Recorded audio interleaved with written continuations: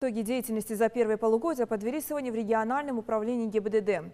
Аварийная ситуация на дорогах республики остается нестабильной, поэтому необходимо предпринимать более жесткие и действенные меры, говорили на совещании.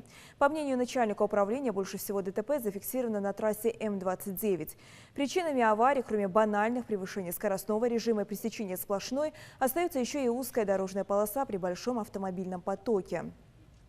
Подводя итоги вчерашнего дня, Валерий Ладыгин отметил, что если праздничные мероприятия прошли без особых нарушений, то вечером снова потрясла новость о ДТП. На той же федеральной автотрассе легковая машина врезалась в две «Газели». В результате водитель легковушки доставлен в больницу, а пассажир погиб на месте. Все люди порадовались и всех поздравили, и гости все почти уже разъехались. Но финал все-таки смазал случай, это вот опять же на федеральной автодороге, когда гражданин берет у другого своего, будем так говорить, товарища машину, не имея права управления транспортным средством, то есть даже водительского удостоверения нет, сажает еще пассажира с собой, соответственно, не умеет ездить, улетает навстречку, ударяется об две «Газели», следующие во встречном направлении.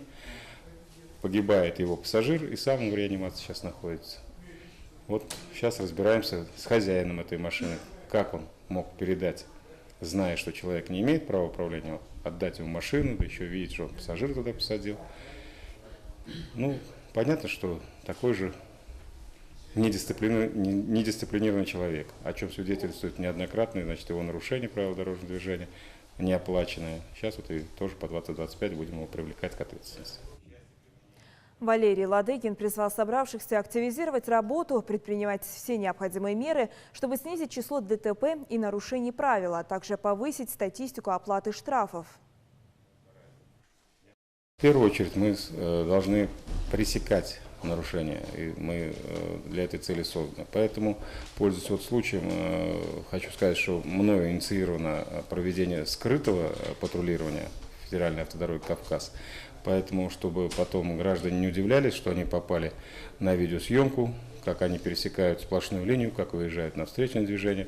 То есть такая будет работа проводиться. Скрытое патрулирование, будут двигаться гражданские машины с фотофиксацией, а за ними будет ехать уже патрульные машины.